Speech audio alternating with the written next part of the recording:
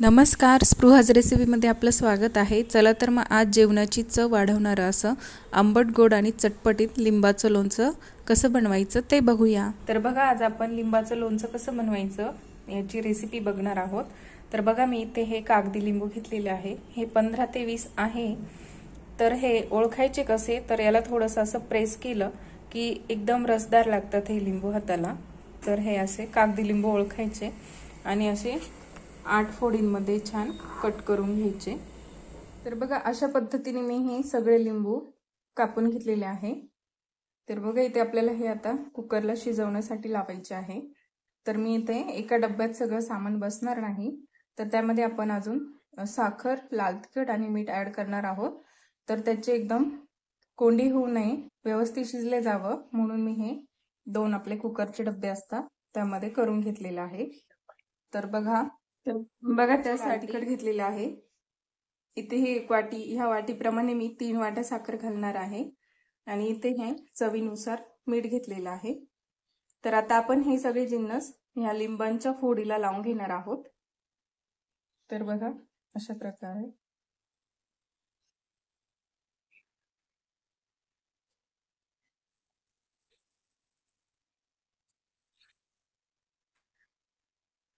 थोडंसं चवीनुसार मीठ सगळीकडे आपण दोन्ही डब्यांमध्ये सेम सारख्याच अंदाजाने घालून घेणार आहोत हे मिश्रण। आता याला छान मिक्स करून घ्यायचं आहे। तर बघा, अशा पद्धतीने हे छान मिक्स झालेलं आहे। तर इथे कुकरमध्ये पाणी गरम होण्यासाठी ठेवलेलं आहे। तर आता यामध्ये आपण हे डब्बे कुकरला लावून घेणार आहोत। तर बघा, आपल्याला या पद्धतीने सेट लावून घ्यायचं आहे, जेणेकरून जे वाफेचं पाणी आहे ते यामध्ये ऍड होणार नाही। तर मी आधी खाली मोठा डब्बा ठेवलेला आहे, कारण काय होतं, कुकरमधलं जे पाणी असतं, हे जे वेट असतं याचं, तर त्याने ते पाणी वरती येतं आणि डब्यात जाण्याची शक्यता असते। त्यामुळे मी हा मोठा डब्बा नेहमी खाली लावते आणि जो छोटा डब्बा आहे तो मी इथे वरती लावलेला आहे आणि एका प्लेटने हे छान कव्हर केलेलं आहे, जेणेकरून त्यात वाफेचं पाणी जाणार नाही। तर बघा, या पद्धतीने हे सेटअप लावलेलं आहे मी। आपण हे वाफून घेण्याचं कारण काय, आपलं जे लोणचं असतं ते आपण मुरवण्यासाठी ठेवतो, कुठलंही लोणचं असलं तरी तर ते पटकन मुरण्यासाठी, याची साल काय होतं, हार्ड असतात लिंबाची थोडे, तर ते छान मुरण्यासाठी आणि त्यातला कडवटपणा निघून जाण्यासाठी आपण इथे हे वाफून घेणार आहोत। तर आता याच्या 10 ते 12 आपल्याला शिट्ट्या काढून घ्यायच्या आहे, जेणेकरून छान हे लिंबू आत शिजलं जाईल। तर बघा, आता आपण इथे लोणच्यासाठी मसाला बनवणार आहोत। तर इथे मी 2 मोठे चमचे आपले पोहे खाण्याचे जे असतात ते 2 चमचे जिरे घेतलेले आहे। इथे मी मोहरी भाजून त्याची डाळ बनवलेली आहे। तर आपण हलकसं तव्यावर किंवा कढईमध्ये मोहरीला भाजलं की थंड केल्यानंतर मिक्सरला लावली की त्याची अशा पद्धतीने ही डाळ मिळते। माझ्याकडे ही घरची मोहरी असल्याने तिची डाळ ही छोटी झालेली आहे। तर इथे मी अजून हळद आणि धने पावडर घेतलेली आहे आणि इथे जेवढे जिरे आहे त्याच प्रमाणामध्ये बडीशोप घेतलेली आहे, 2 टेबलस्पून।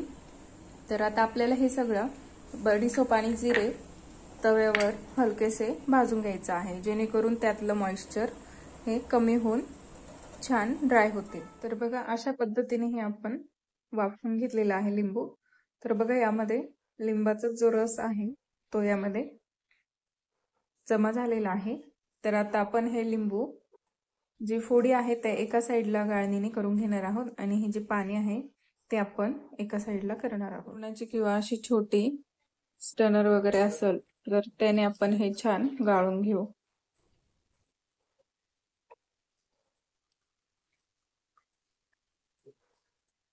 तर बघा, अशा पद्धतीने हे पाणी आपण एका कढईत किंवा मोठ्या भांड्यात घ्यायचं आहे, जेणेकरून आपण यामध्ये अजून थोडीशी चवीनुसार साखर आणि मसाले घालून घेणार आहोत।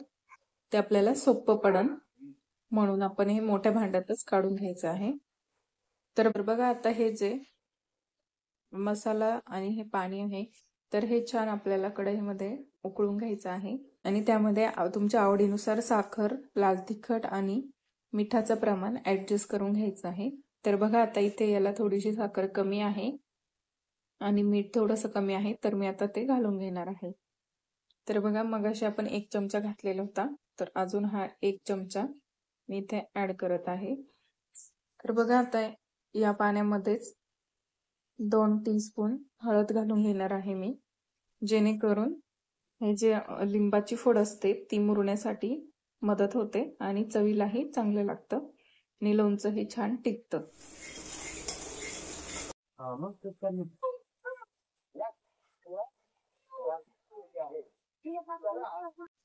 तर बघा हे तर या मसाल्यांची अशा पद्धतीने कन्सिस्टन्सी आपल्याला करून घ्यायची आहे आणि थंड झालं की लोणच्यात मिक्स करायचे आहे मसाला आणि या फोडी। तर बघा आता एक असं काचेचं कंटेनर घेऊन त्यामध्ये हे भरून घ्यायचं आहे छान। तुम्ही हे स्टोअर करण्यासाठी फ्रीजमध्येही ठेवू शकता। बघा हे लिंबाचं आंबट, गोड आणि तिखट असं चटपटीत लोणचं बनवून आपलं तयार आहे। तर रेसिपी आवडली असल्यास नक्की ट्राय करून बघा। लाईक, शेअर आणि सबस्क्राईब नक्की करा। ज्यांनी कुणी अजूनही चॅनलला सबस्क्राईब केलेलं नसेल तर त्यांनी सबस्क्राईब बटनवर जाऊन क्लिक करून सबस्क्राईब करा। अशाच नवनवीन रेसिपीसाठी स्पृहाच रेसिपीला लाईक, शेअर आणि सबस्क्राईब नक्की करा। भेटूया पुढच्या रेसिपीमध्ये, तोपर्यंत बाय।